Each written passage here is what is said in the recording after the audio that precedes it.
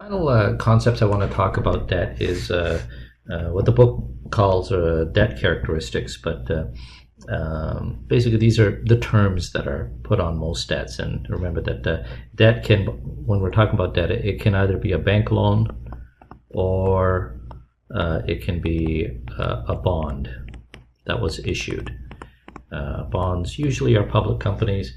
In the case of the textbook, they pretty much assume that bonds are debt, but debt can be either one of those.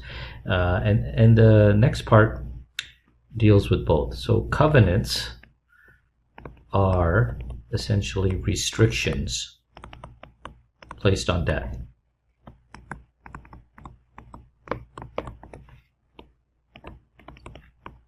By the creditor. So by whoever is lending you the money, they're gonna place some restrictions on there, and there can be either positive covenants,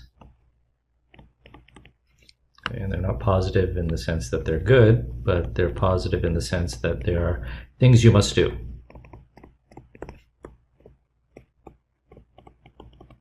And negative is the opposite. So a negative covenant is things you cannot do.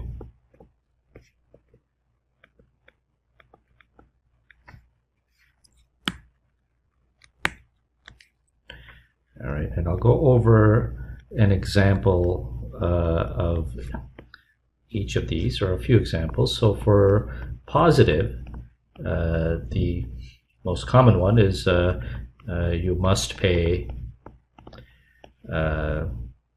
interest slash principal, whatever the terms are, when due.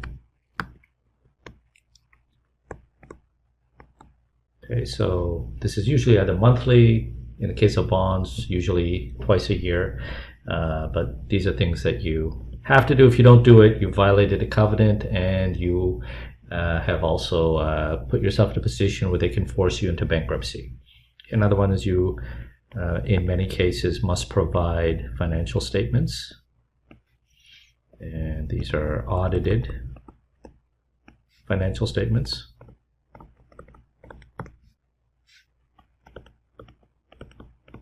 Okay, so not all terms will require this, but many will.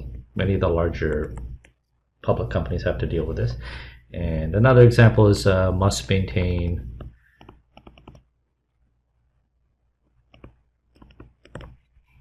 certain accounting ratios.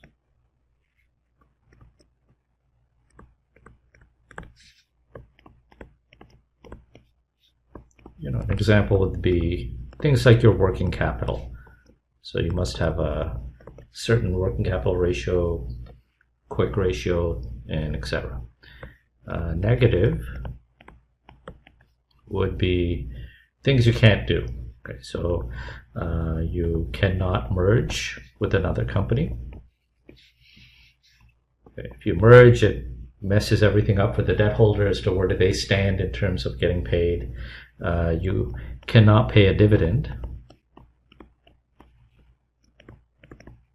if debt payment is missed.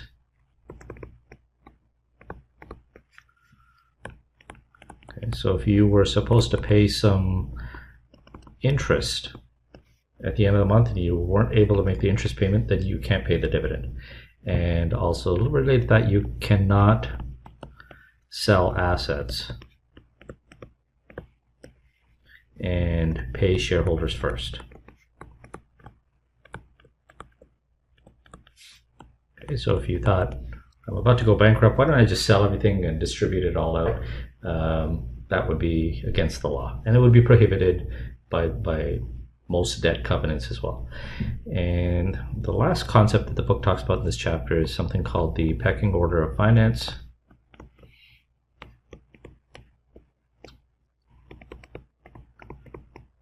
Okay, and essentially the first thing is that where do companies get money when they need it? The first place they will get it is net income, because it's the cheapest source.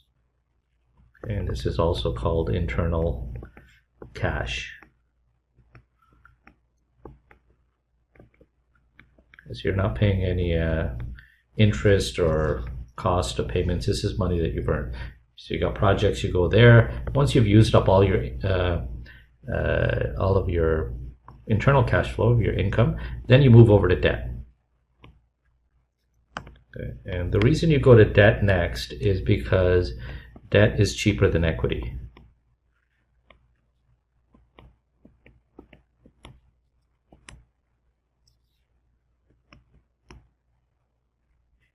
Okay. So it's cheaper, and it's also you have the tax benefits associated with debt as well. And the last place you go is equity. And the reason for that is because you have, well, first of all, it's not deductible. You're giving away part of the company. It's the most expensive. And that's why when you look at large companies, like large tech companies, most of them have very low debt. The reason isn't so much that they're all equity financed because they like equity. They got equity when they first started up and they weren't able to qualify for debt. And then when they became successful, their internal income essentially covered pretty much all of their projects, so they don't often raise debt.